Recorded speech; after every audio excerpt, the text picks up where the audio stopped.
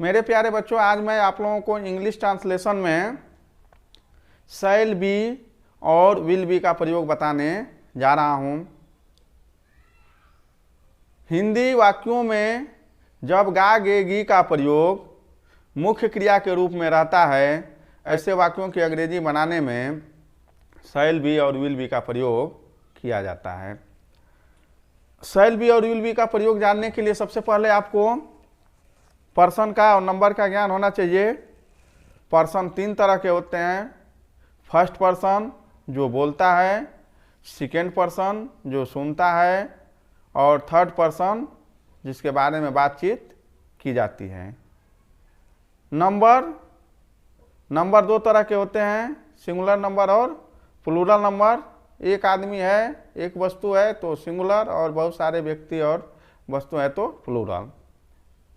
First person में आई singular में और प्लूरल में वी आता है, सेकंड पर्सन के दोनों में यू आता है, और थर्ड पर्सन में सिंगुलर में ही सी इट आता है, राम मोहन सोहन आता है, और प्लूरल में दे आता है और बहुत सारे व्यक्ति वस्तु आते हैं। आपको आई वी यू ही सी इट दे की जानकारी होनी चाहिए। पर्सन और नंबर समझने के बाद में हम शैल बी और विल बी का प्रयोग समझते हैं। शैल बी का प्रयोग आई और वी यानी कि फर्स्ट पर्सन के साथ में होता है। विल बी का प्रयोग यू ही सी इट और दे के साथ में होता है। लेकिन जब बात एकदम निश्चितता की हो तो आई और वी के साथ में विल का प्रयोग होता है, और यू ही सी इट दे के साथ में शैल बी का प्रयोग होता है। इसके बाद में हम समझ लेते हैं सेंटेंसेस। सेंटेंसेस चार तरह के पढ़ते हैं हम: affirmative, negative, interrogative and negative.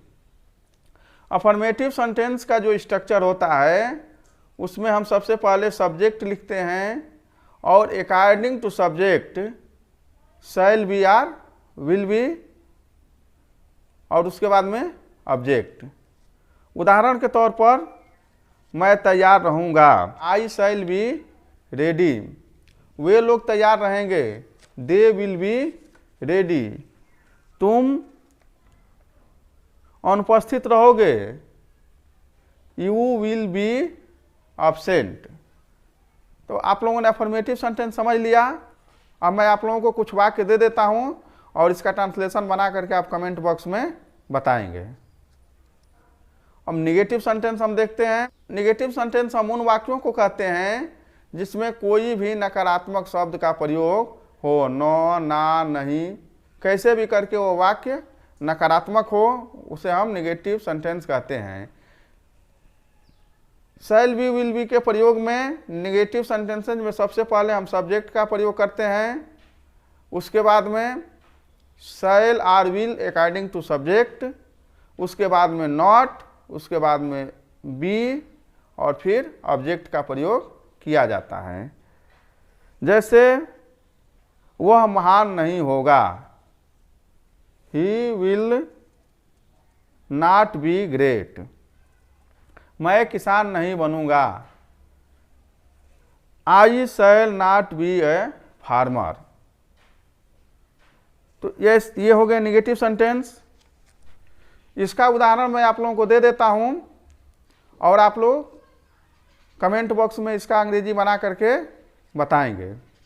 अब हम इंट्रोगेटिव सेंटेंस समझते हैं। प्रश्नसूचक वाक्य।